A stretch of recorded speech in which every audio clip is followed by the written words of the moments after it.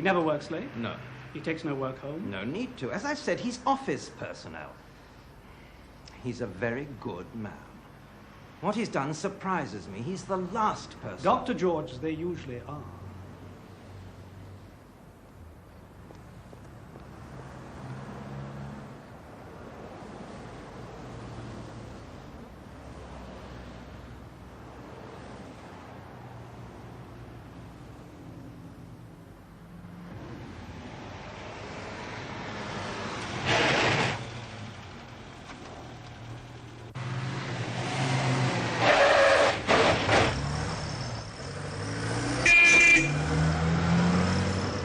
You? I'm trying to find my way to 37 Natava Street. I live there.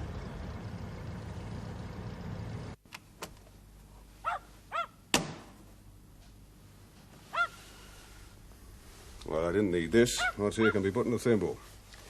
1 tin of sticking plasters, 4 books. All clean, unmarked, no bookseller's tag. Jung's man and his symbols, London A to Z, National Sun Guide to country pubs and hostelries. Kurt Vonnegut's breakfast off champions. 1 mirror. Just 1 mirror. 1 ashtray clean. Underwear. Shirts, socks, ties, all in all do something. 2 drawers empty. It's pretty cold, masculine, unlived in. Daniel John Stedman, age 38, eyes brown, hair brown, weight 10.5 stone, complexion fresh, complete with pet, home from hard day's graft. What's the doggy's name, Danny? Nixon? What the hell are you doing here? Spying. What's that? Well, I'm bright. Even I can't remember everything. Get out. Go and join your mate who followed me home. I asked you a question. I said get out!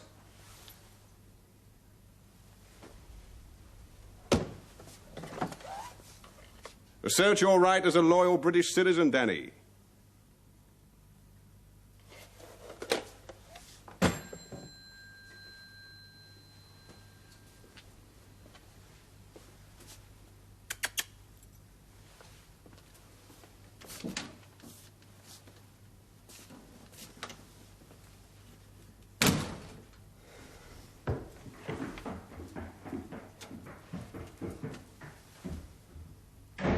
Again, Alan, tell me how the leak occurred. Well, it all began with a routine visit to Dayton, Ohio by one of our defense ministry chaps called Gordon Beng. He's supervising the costing of this new super vertical takeoff trainer, the S-144. That's a joint project we're working on with the Americans. Beng goes over there about twice a year. This time, he was approached by an American development manager called Aitchison, who, completely out of the blue, referred to a project which Beng knew was top secret over here. Heaven knows we haven't got a lot of them. And Beng very properly reported the whole thing to the staff mission in Washington, and they briefed us. All right. Well, bearing in mind that in the last 72 hours I've crossed the date line twice, and that does vicious things to one's inner balance, you'd better spell it out. Major Sullivan, please.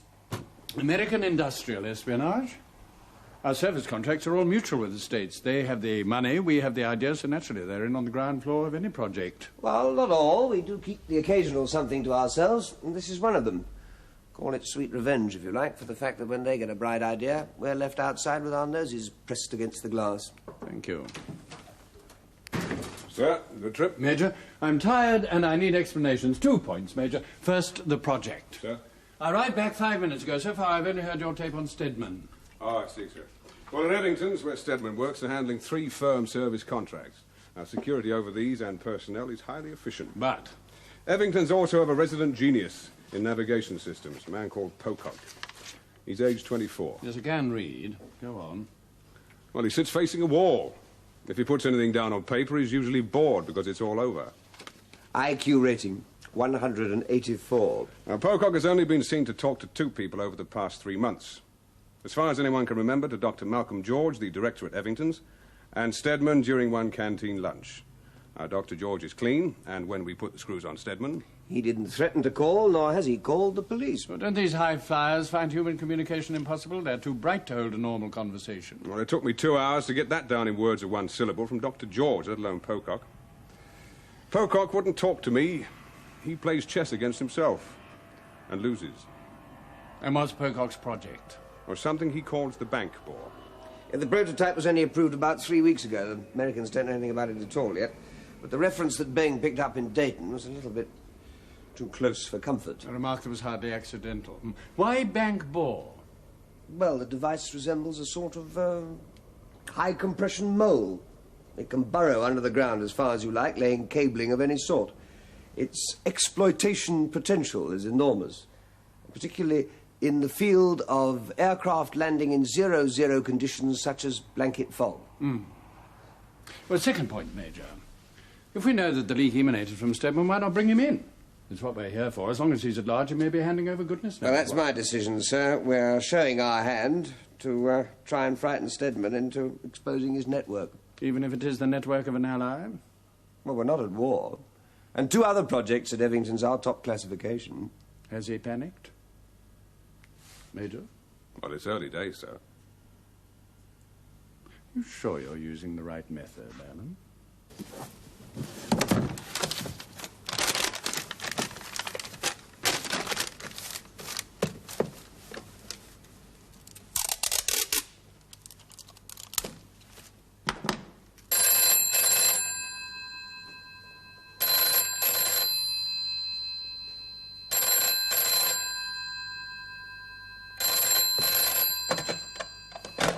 Major Sullivan and I are involved in a crash course of Jung's psychology. Why? Does Stedman attend a clinic or therapy group? Oh, but he reads that. Ah. Thank you. Thank you. And Stedman's copy has no indication of where it was bought. Well, we could ask him. I think we better try and do some work behind his back, Alan, starting with this. We're showing our hand to force him to make contact. Now, so you keep reminding me. It has crossed your mind, I suppose, that despite Stedman's apparently limited intelligence, because you've shown your hand, he'll not make his contact. Well, then they'll have to make contact with him. And Pocock's only known to have talked to 2 people at Evington's. Dr. Malcolm George And Stedman in the canteen. What did Pocock actually say? Well, he did... Yes, you do take something. Well, Stedman asked him how the bore was going.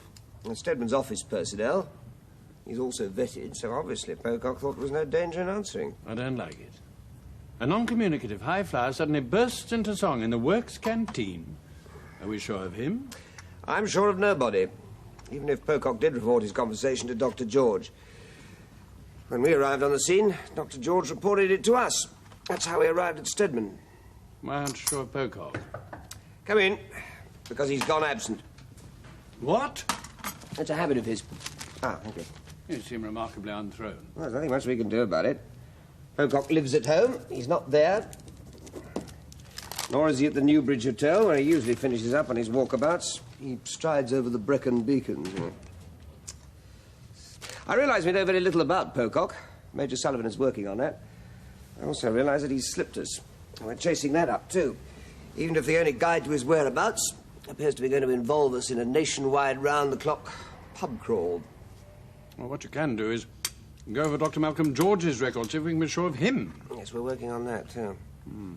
Now, I take it you have turned your mind to the problem of how news of the war reached America in the first place. Normal transfer of classified material from Evington's is by diplomatic bag. No, it didn't go that way. No, we can be sure of that. How? The head of the staff mission in Washington verifies that nothing crossed the Atlantic that way. At least, that's according to Bing, the ministry chap. Let's see him again. We're dealing with either fools or experts. Yes. And until we're sure, we better lean on the one known factor. Stedman. Who steadily refuses to panic. As far as method's concerned, Alan, what I expect, what I usually get from you, is precision and subtlety. This is a trifle obvious. Well, if and when Pocock is found or turns up again, I intend to be even more obvious. Dr. George has agreed to let Pocock talk to Stedman again. And if Pocock doesn't return? Then a father has to be either foolish or extremely sick to abandon his brainchild. Provided he's innocent.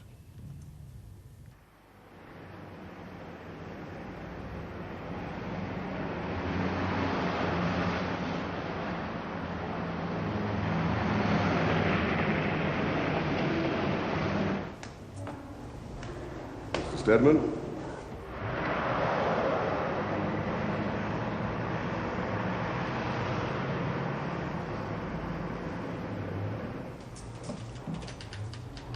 This is Pocock's room. Locked, naturally. Is that a duplicate? You look worried. I'm a busy man, Inspector. Major. Huh? Oh, Major. Why is Let's it... talk about Simon Pocock. Oh, not again. Look, I'm sure that he has done nothing wrong. What have I said he has? I reckon he's more sinned against than sinning. Yes. Where else can I go? He won't talk to anybody except you. And you're on first-name terms. Why especially you? Well, presumably the fact that I'm his director of research and that I admire his work enormously has something to do with it. And you approach somewhere near his level of intelligence. Thank you. Now, during our last chat, you implied Pocock didn't like the Americans. Now, you said... I know precisely what I said. If Pocock concentrated on sophisticated alterations to existing radar technology, only the damn Yankees could afford it. And that's what he said, yes. What he meant, I have no idea. I mean, the Americans are anybody's best customer. Nevertheless, the fact remains that he has come up with an idea that could benefit everybody worldwide. I mean, after Concord, we need a world sale. Undercutting the Americans? One hopes so. You agree with him? Well, one doesn't have to be I don't know, a communist to want to maximize on the sales of the Boer without bringing the Americans in 50-50. If he's so bright, why is he working in a place like this? He elected to. He applied for the post, was vetted, cleared, and took up his appointment. A distinction in Part 3 mathematics, Tripos, Cambridge, in 2 years. Not thick, is he? Another year paid by his college to find a problem big enough to test him, and he couldn't. A pure mathematician with what, 5 or 6 years before he blows up? And he changes all that for this year. 3 chipboard walls, Venetian blinds, no carpet, 1 table, 1 chair. Now, Dr. George, he has no sex life, no social life. He swaps mathematics for digging under runways, and on top of that, he hates Uncle Sam. Oh, perhaps, Major, you're reading too much into a chance remark, a moment of irritation. Well, it's my job to be suspicious. Why was he irritated? Well, Major, Simon Pocock is an intense and, well, like most of his kind, highly volatile young man. He's light years ahead of our plodding abilities. Well, therefore, many things will irritate him. It takes someone of lesser intelligence, less instinctive, more tactful... Like yourself? ...to be his confidant. Play the female to his, aggression? I find the sheer elegance of his thinking quite beautiful, yes. And being his confidant, he tells you everything. Well, the belle of the ball usually has the cook for her confidant. I imagine he tells me only what he wants me to know and no more. And what about Stedman? Stedman talks to anybody. Well, not to the typist, he doesn't. But nor do you. And Pocock talks to himself. Very queer. Major, if, as you seem to be implying, Simon Pocock is sexually strained... Now, why should I think that? Because he's unmarried at 24? So are you at 44? All right, then, some sort of lately converted communist. So, you're just good friends, sharing anti-American feelings. And why, with his brains, is he on such a pathetic salary? He's on a government salary. Look, what I'm trying to say in this grilling, if he is what you imply he is, why would he wish to sell the child of his brain to the Americans? You're his mate, you tell me. And more important, why would he report his conversation with Stedman to me? Why, indeed. And incidentally, if I am suspect, why should I divulge all to you? Pocock works odd hours, Yes. so he could leave at the same time as Stedman occasionally. I've never noticed. But you watch. For heaven's sake, why should I? Well, they live close to each other. Oh, for God's sake, if they were that friendly, wouldn't they talk more here on the premises? Well, not if they had something to hide, like the sale of the bank ball. After all, Pocock does worry about money. You've been asked to support 3 claims for rising his salary in 6 months. Because I admire his work. But outside of that, our relationship is strictly professional. Now, Major, I've given you a lot of my time. You must excuse me. Mayhem. We've got 30 minutes. And it never does to keep the civil service waiting.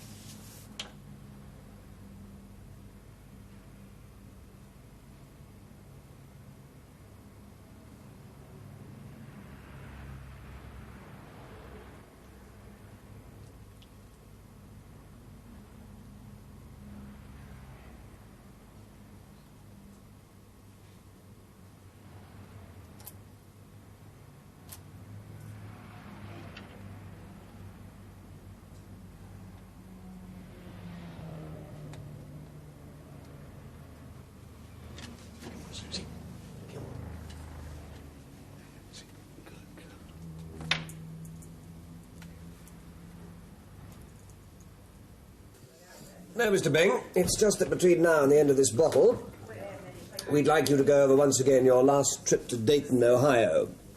Please omit no detail. I see him. Where do you want me to start? At the beginning. It's all right, nobody's listening. Except us. Well, I'm a cost assessor with the Defence Ministry, presently working with the vertical takeoff trainer. Once every 6 months, my colleagues and I fly to Dayton, Ohio. On this occasion, we flew direct. As usual, we've been cleared by American security. Up to what level? NATO secrets. That's routine. Yes. Our people met us off the plane and took us to the company hotel. We then had 1 day off for acclimatization. And you went swimming in the hotel pool? Yes, there we meet with our permanent department heads at Dayton. Any outsiders? Americans? No, we use this day to find out really what the truth is. Truth? We're involved in a commercial enterprise. Oh, I see. We talk about what we're going to hear the next day. Only that?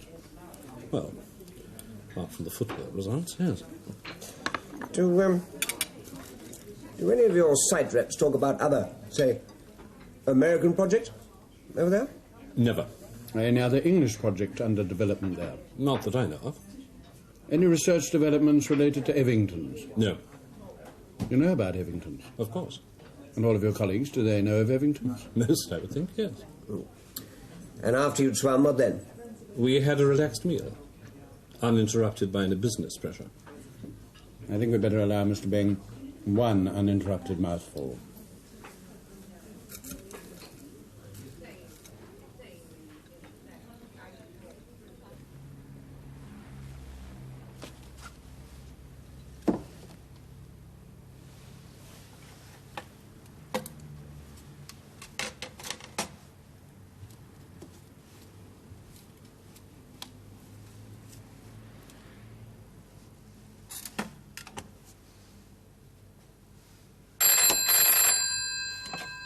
Yep. Where? The Dog and Duck Mallet Street. All right, I'll be there in 10.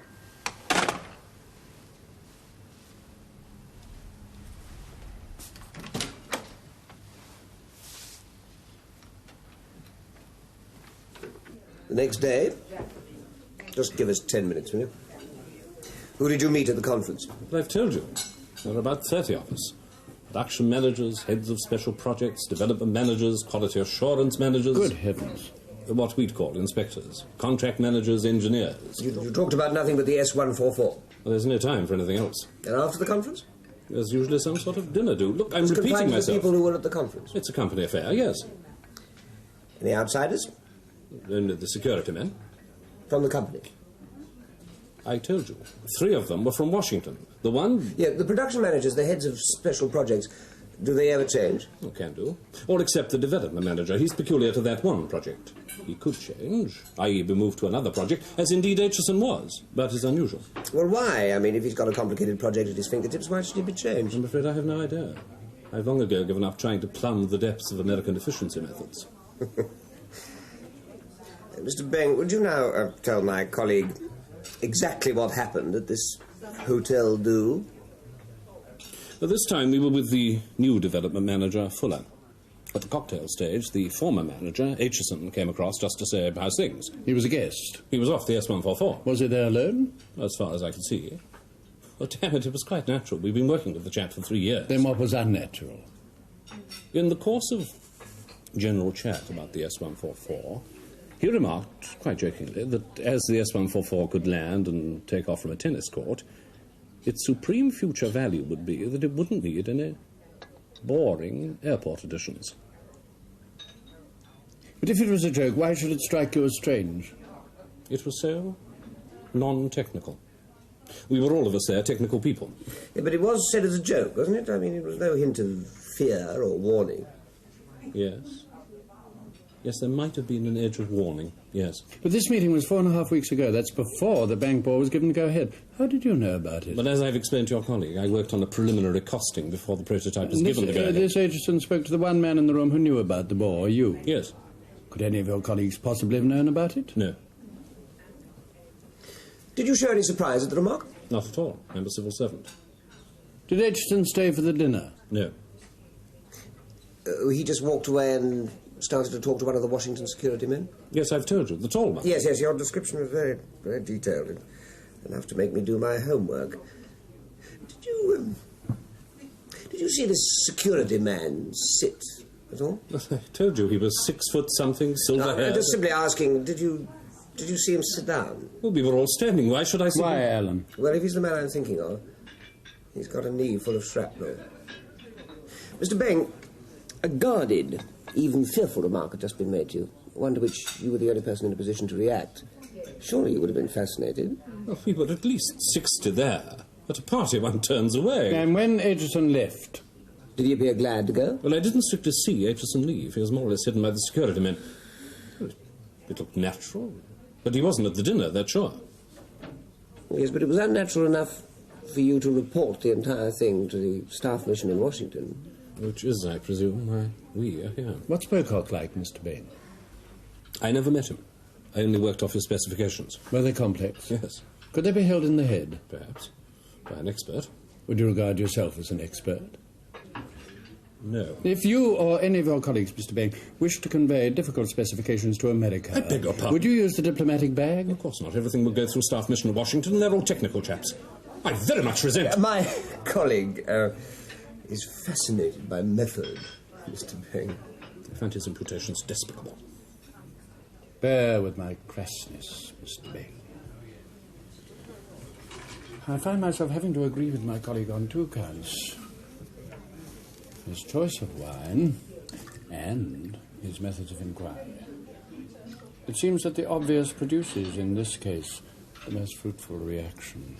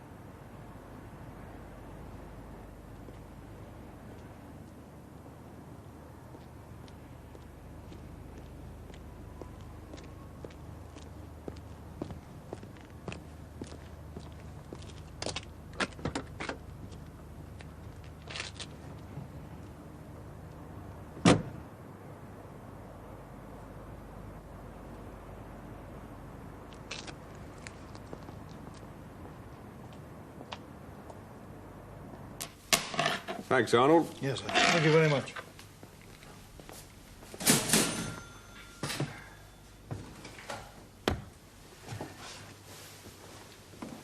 Oh. Danny. Cold night for beer. Don't you like animals? There he is out there on a cold night like this. She's female. Well, leaving a lady outside is even worse. Well, we all make mistakes. Cheers. Dogs aren't allowed in here. Why come? Always have.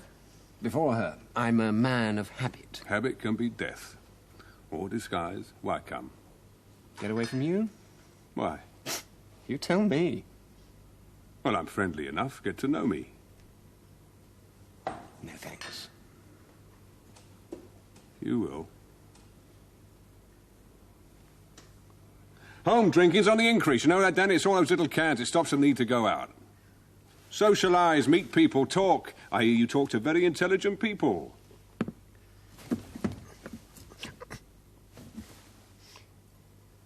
Ow!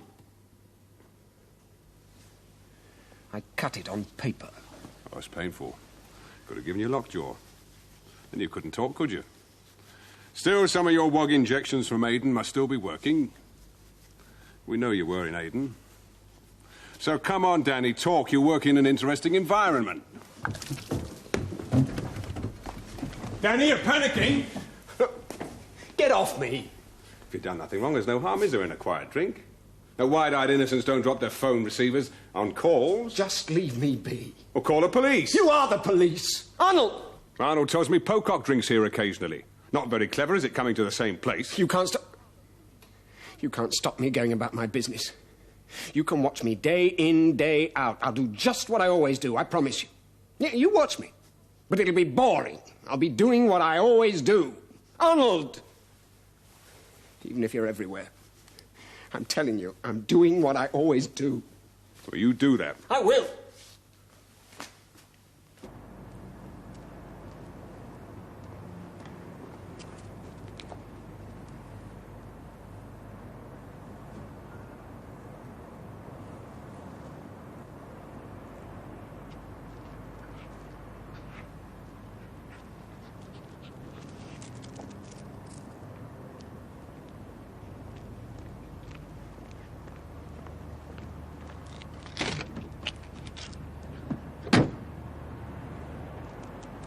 Danny.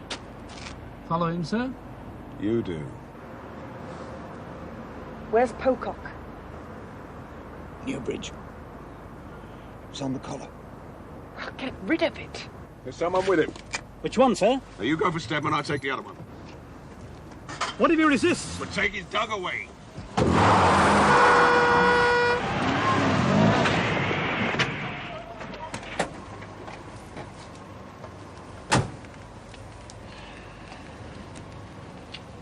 Excuse me, sir. Have you been drinking? Well, there were 2 plasters missing. The other one could have been, well, I don't know, on the dog's collar. Well, whatever was passed to Machin, we couldn't find it in her flat. Who? Machin. Her name is Helen Machin, age 33, unmarried, first-class degree in Greats at Oxford, deputy head librarian in Woolwich Street, newly appointed 3 months ago. So she's not lost. This time we don't show our hand, we just let her roam. Tagged, of course. Well, how did you find her? Indirect as well as direct methods often arrive at the same street corner. Man and his symbols. Fascinated me. Lots of pretty pictures. Naturally, one thought of microdots. It was unmarked. Quite. Then why a book like that in Stedman's flat? Nothing in his past history indicates an interest in mystic psychology. The publisher was contacted, and his distribution of the book in Stedman's area was followed up. 1 copy went to the Woolwich Street Public Library, which is large enough to do its own stamping and binding. One of Miss Machin's responsibilities is just that, supervising the preparation of new books for the library. Therefore, the pristine book, untraceable for a short period, is in her hands.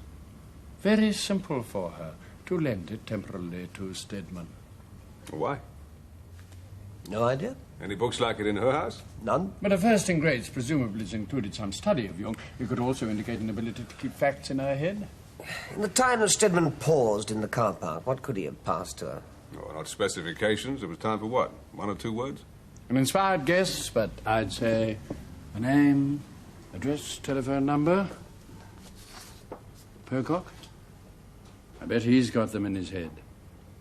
And when she's got them from Pocock, who does she talk to then? We can't possibly know. So, let's watch her, shall we? At work and at play.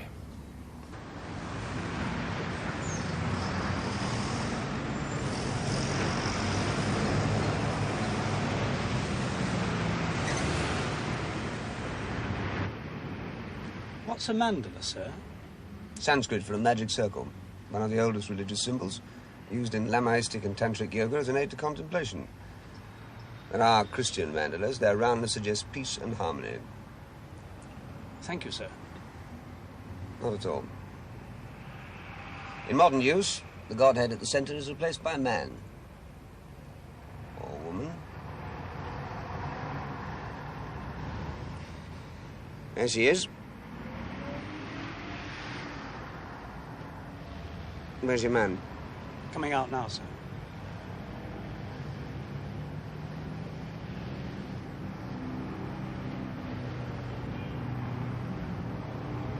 All right, collect her.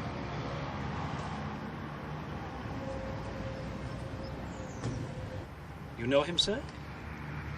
His name is Bennett Alexander Hibbard, and he's got a knee full of shrapnel.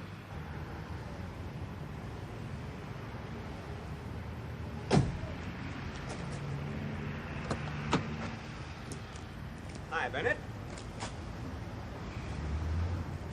Commander? To the country house? Not necessarily. We'll wait for the lady.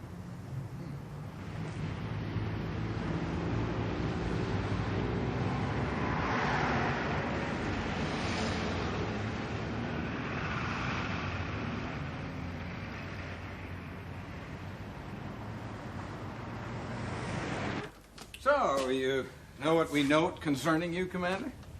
In CIA headquarters, Langley, Virginia. When he smiles, look out. Take the weight off your leg. Oh, thank you.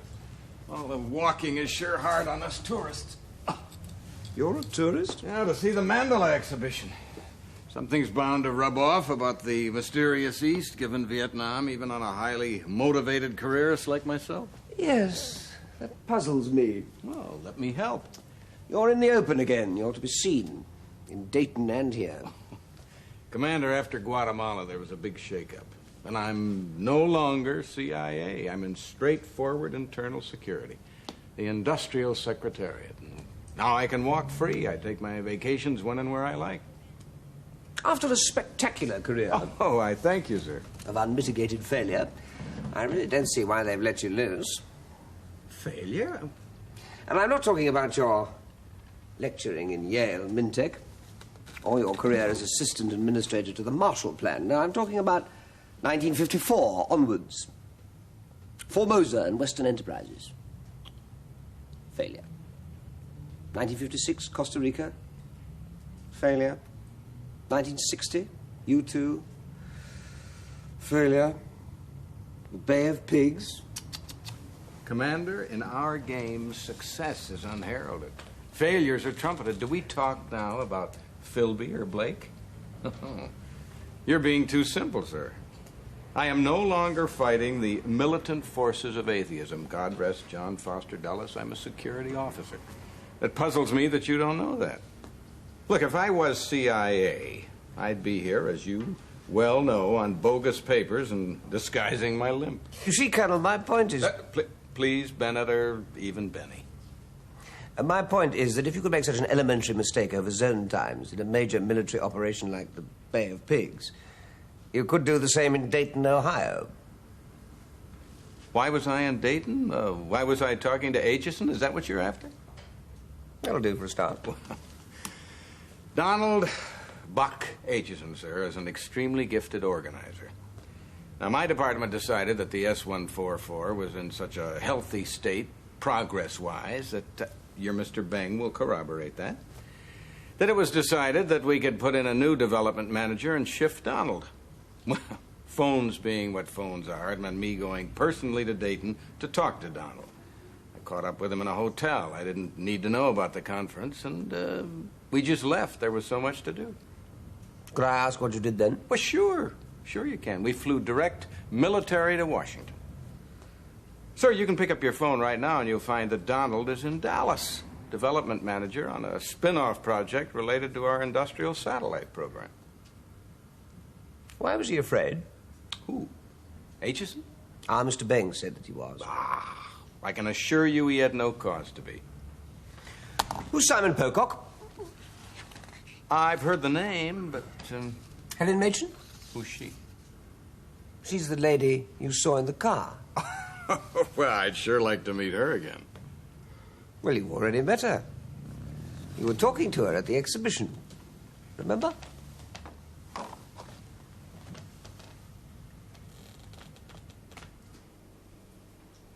We know you smoke.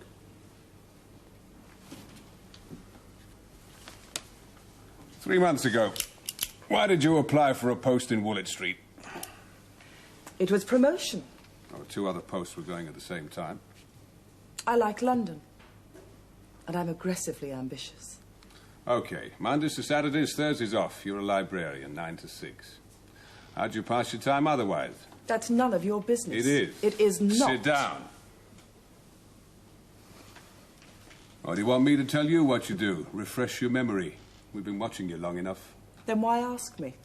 If we can get the useless things in your life agreed on, your boyfriends and your hobbies, we can get on to more important details.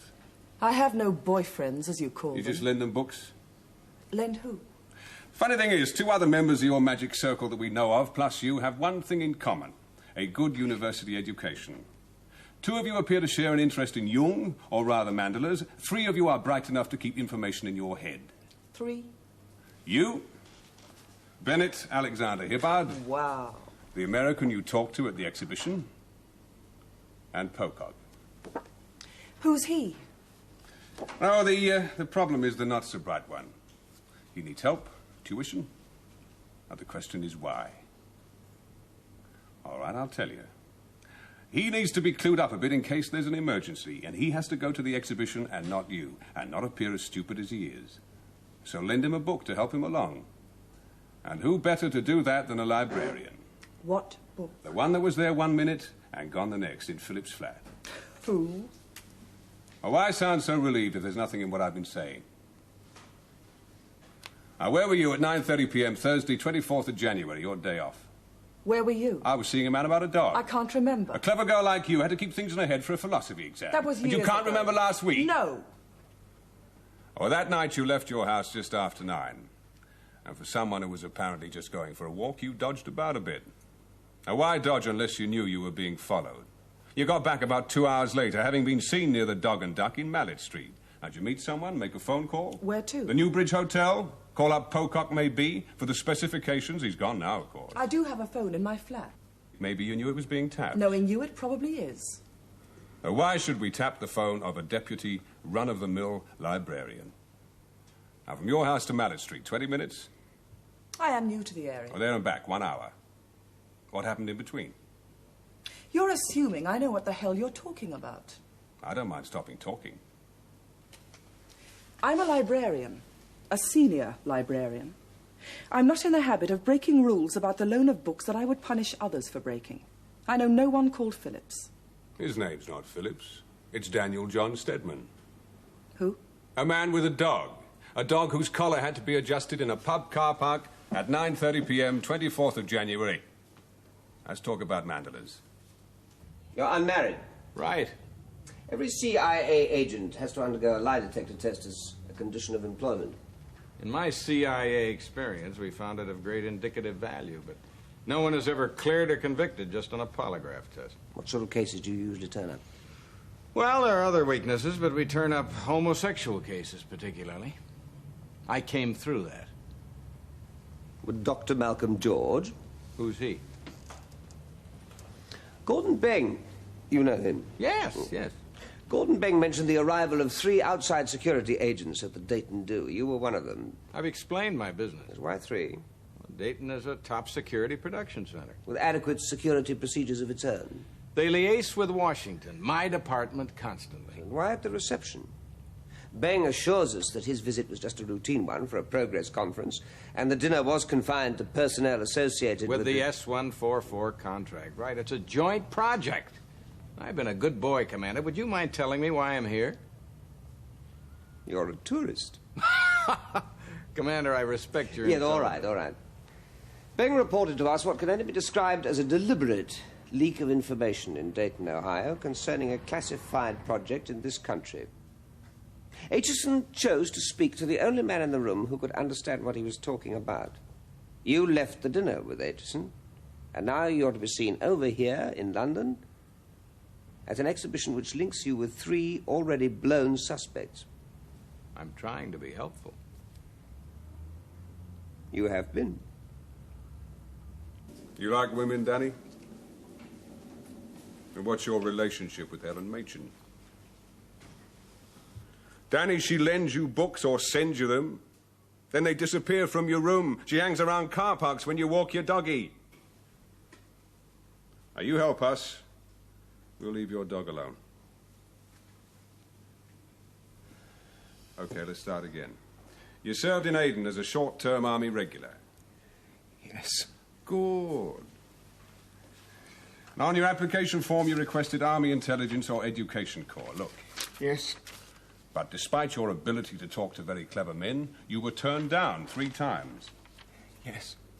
You became a clerk, rising to staff sergeant. Yes, Major. Who told you my rank? Dr. George seems to talk to everybody. When your regiment left after we were kicked out, you went on leave. Right along the north coast of Africa. Egypt, Libya, Algeria. All great buddies of the South Yemeni. You just don't care, do you, Danny? Just after a war, you go tramping through hostile countries. I see. And now, with this country in the mess we are, you want to sell a government-classified project capable of worldwide sale.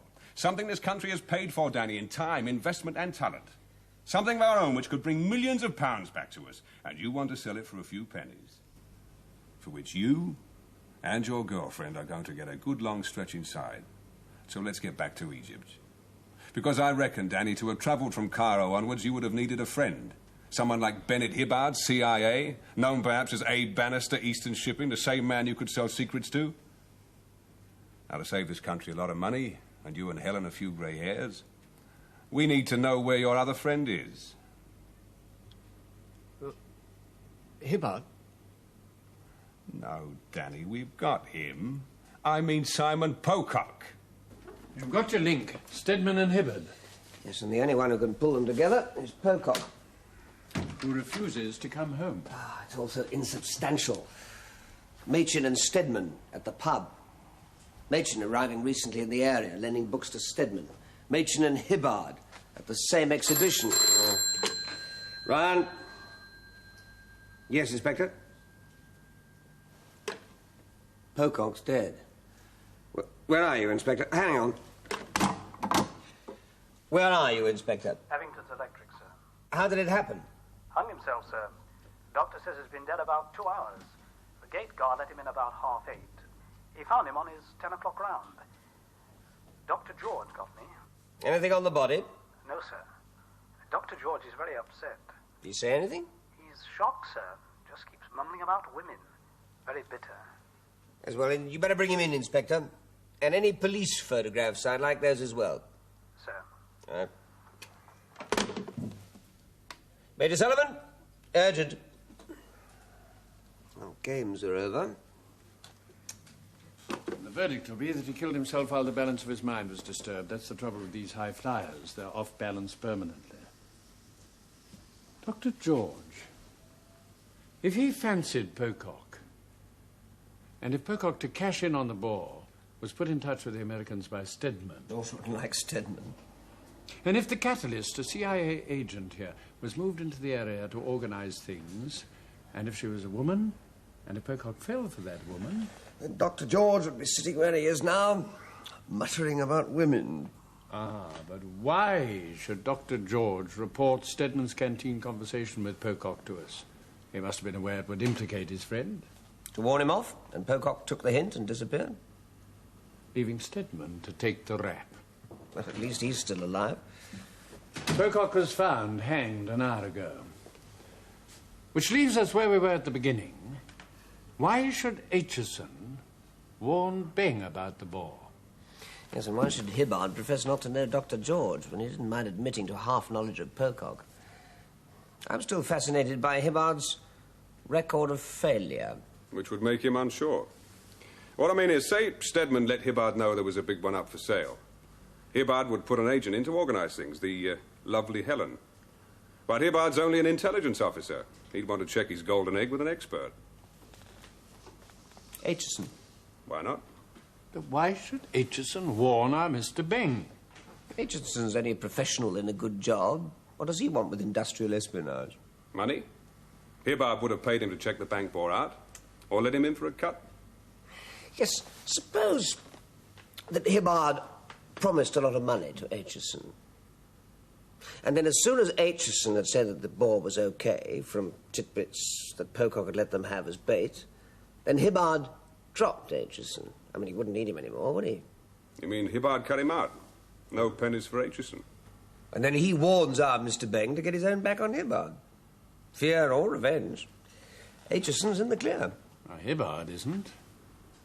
Tomorrow, I think you might nail him, Alan. Pocock, Miss Machin.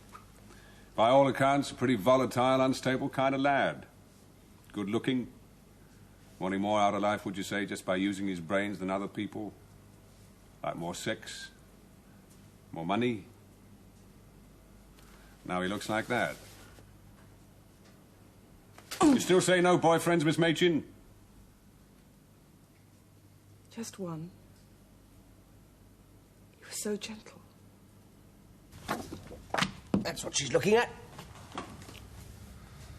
We're playing games. You may be. I'm not. That leak of information in Dayton, Ohio was a disaster, wasn't it, Benny? An angry American development manager called Aitchison, a friend of yours, whom you double-crossed, needed a whole gang of Washington security men to move him before he'd tell us what you were up to. But too late. Still, the bank ball was worth cashing in on still, wasn't it? Why? To try and retrieve a lost reputation? I still don't know how or why the thing was done, or whether the situation, commercial-wise, is irretrievable, or how you moved Helen Medchin in. But we'll work on it. On them. And on you. And we'll keep you until we find out. You can't. I'm a fellow agent. I thought you were ex-CIA. I thought you were a tourist, you said. Hundreds of tourists disappear every year. That would seriously jeopardize relationships between our two services, Ryan. If you're ex-CIA, you haven't got a service. Anyway, I think what you're up to is doing just that already. Still, I'll give you a choice, Benny. I want the network and the culpability established, and I want to guarantee that the specifications will not be used in the States. Otherwise, Stedman and Machin both go on public trial. And as in the case of George Blake, most of the evidence will be in public. Yours included. Your last failure, Benny, is going to mean that those two will go to prison for up to 20 years. Have you any idea what that'll do to them? So what's it to be? The specification for 00 landing? Or 3 wasted lives? Okay, you want the specifications? No! They're safe. They're in my head. That's a very unsafe place for them to be.